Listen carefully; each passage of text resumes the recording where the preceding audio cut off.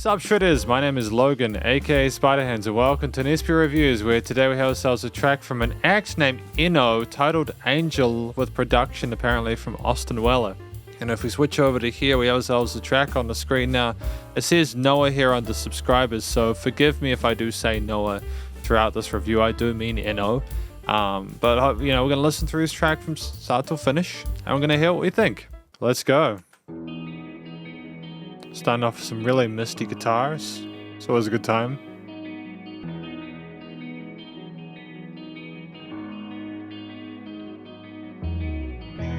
Life is past nice, I can feel my face. It's sad. It's meta-tuned. You look so amused knowing that I'm in pain. Little sparkly synths are nice. I used to think you were the one to save me from myself, but all you did was put me through hell. I tried to hold on, but I can't. You're stabbing me. Great drum fill here, bring it up. I have to let you go.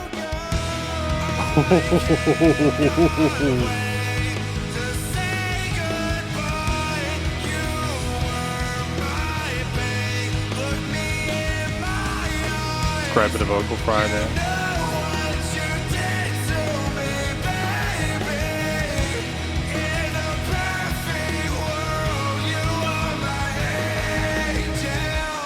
I just adore the passion in that performance there. It's so intense. The way things kick in at the hook as well is so energetic and full of love, but also bitterness, I think. There's a frustration that things weren't that perfect world that he wanted to imagine to be reality. You say that you're sorry, like how does that help me at all? Are you really being honest, or is this another lie to tell? Pick and choose all day with you, I have to make up my mind now. You took my heart right to your friends, and all I can say is how did you not feel anything at all? Did you try? Would you fight? Or do anything at all? One more night, one more lie. In the mornings you would call, I would hide in my mind. There's a reason for the fall. A little bit of vocal fry there just to lead us in. I enjoy it. I like the layering there that we're allowing some of the more rational thoughts to kind of coincide with the more sort of fiery ones here. We're really getting the mixture, the melting pot going with all the different kind of reactions and interpretations here. And great tones of the guitars as well. Some crowd chants.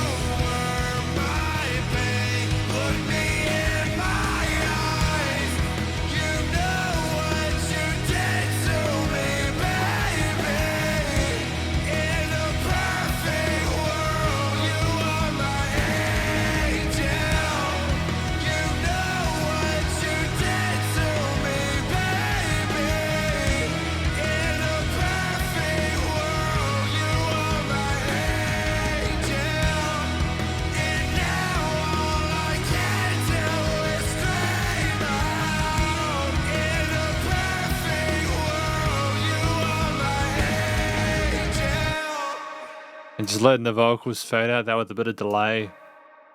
It's great, man. The song's heartfelt. I enjoyed listening to it, even though I could tell he was in a lot of pain. And welcome to the conclusion of my review of this track from Noah. This track titled Angel, with production from Austin Weller. What do I think this track is about? I think it's about someone who is coming to terms with the damage that was done by someone they adored and felt very strong feelings for, bringing the world crashing down behind them, you know. I assume there was some dishonesty, maybe some mistrust there, a dirty deed done, you know, something to kind of tear them apart. And it's like, you really imagine that person would be there for you. That was the special person, and and it just didn't end up that way. And I can relate to that. I'm sure a lot of people will be able to relate to that, you know? It doesn't make it any easier, of course, but it's just one of those things, right? So I think that it was very well done with the story. You know, there was obviously little intricacies you can get as you go through, but what really sold it for me as well is the vocals. You know, there were some interesting melodies there, but it was also different approaches. Like, we didn't just have things like soft all the time. We had some vocal thrash parts going into the just before the chorus parts. You know, we had like a lot of grit there, and frustration was evident with the style of vocals we were doing there. We were clearly calling out for some sort of rationale for what the hell happened. And I think as well that the crowd chants that we had, the actual kind of extra melodic vocals we had in the second chorus there, kind of made me think that it was someone who was, how do I describe it? It was someone who had all these thoughts going around in their head, and they were just really kind of getting more and more desperate for some sort of resolution to this, their pain that they were in, not knowing what to go and where to do next. I think it's obviously a very, it's a bittersweet thing, as I think, because it's kind of like indicates that they understand the damage there, and they know that this person wasn't who they needed to be, and they understand that that person isn't good for them anymore, but they had to go through their pain to get to know that in the first place. I think it's something that shows a lot of vulnerabilities, but it's brave as well to talk about that in the track. I have a lot of respect for everyone involved for opening up about this tale. It's really great. I think in addition to that, you know, with this track here, we have, 3-minute 11 track that features some really poignant guitar riffs. There was some chorus on there that glistens like stars in the sky. Some interesting synth parts as well. But then we also have the vocals go along with that. And then we have maybe some bass, and then obviously the drums come in at that, but just before the chorus. And we have a kind of drop there with distorted guitars, kind of contrasting with the more kind of pretty elements from before, the A-B response there. And we didn't have any filler in this. We had enough context to give extra evidence and kind of a ground bed for the hook lines to rest on. We really did want that person to be our angel there. I think a lack of sort of complexity with the parts played on the instruments there allows for a more sort of like easy to digest kind of way for the vocals, because we're not trying to tear the listener's attention in all sorts of different directions. I think that's smart. In addition to that, if I'm honest, I just think that when you tell the story, when the story is that kind of relatable and approachable, you don't really want to be too blunt with the chord choices, the progressions and bass lines you do. Like, we had some interesting extensions there in the harmony which indicated a sense of uncertainty. Like, we weren't really sure where to go and what to do. We were still figuring out things. It was in the middle of the pain there, or maybe it was afterwards when we'd learned our lessons from it, but we're still coping with the damage that was done, still healing from that. And I think that the choices there of the maybe 1 to 2, maybe 2 to 3 kind of bass lines or like notes per kind of time there allowed just a fluctuation of waves to go backwards and forwards, you know. So I think that was well done. I really haven't got any complaints about how things were played. It was very articulate and meticulous with its approach there.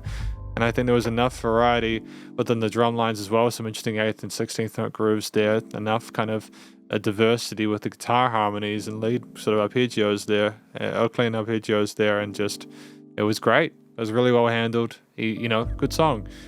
Things made, the theme itself was one of sadness, of longing, of kind of like, again, of kind of an angst there, but it's a justifiable one. It's just, damn it, things could have been so good if we hadn't made this mistake. That's what I kind of interpreted it as, and I think that was very well done. Made a lot of sense with the vocals and the story. I mean, finally, recording, studio mixing, mastering is great. You know, we smashed it out of the park as far as I'm concerned. I've got no complaints about that whatsoever. You know, like the vocals are nice and clear in the mix with a bit of auto-tune, mid-tune on them just to kind of like ease the notes, have a more sort of like legato feel to that. I think that the guitars double-tracked on the sides were fantastic as well. They had a nice, great tone, whether they were distorted or with the chorus parts there. The cleans, the bass nice and controlled in that low end, adding a bit of oomph as well, especially coming into that chorus part with the drums kind of pummeling away and really kind of kicking your teeth in a little bit with the force behind that. Seems like a very comfortable place for everyone involved to be in. They're clearly experienced within this genre. I mean, there was great, I've got to say, like, the vocalist had great technique there. I was happy with their vocal technique. It was very much about the authenticity though, and the feeling behind the performance that really sold me in that aspect. But it was also just how things were nicely balanced, nicely balanced in the frequency spectrum. There were no weird resonant frequencies, and things were nice and wide in the stereo field. Things surrounded you in the headphones, and there was dynamic range. Things weren't the same perceived loudness the entire time. Things came down after the choruses, for example, a little more quiet, just kind of soothe things before the next hook. And things were level well, and it was nice and loud without pumping, so limiting compression was sorted. Basically, this is my review of this track from Enno, titled Angel, with production from Austin Weller. Hopefully you enjoyed it. If you did, please go show him some love via the various social medias and the YouTube page, and stay cool and stay safe, and please remember to support your local musicians and artists at this point in time, as either help more than ever thought of crazy stuff going on in the world, and I'll catch you in the next review. Spiderhands out.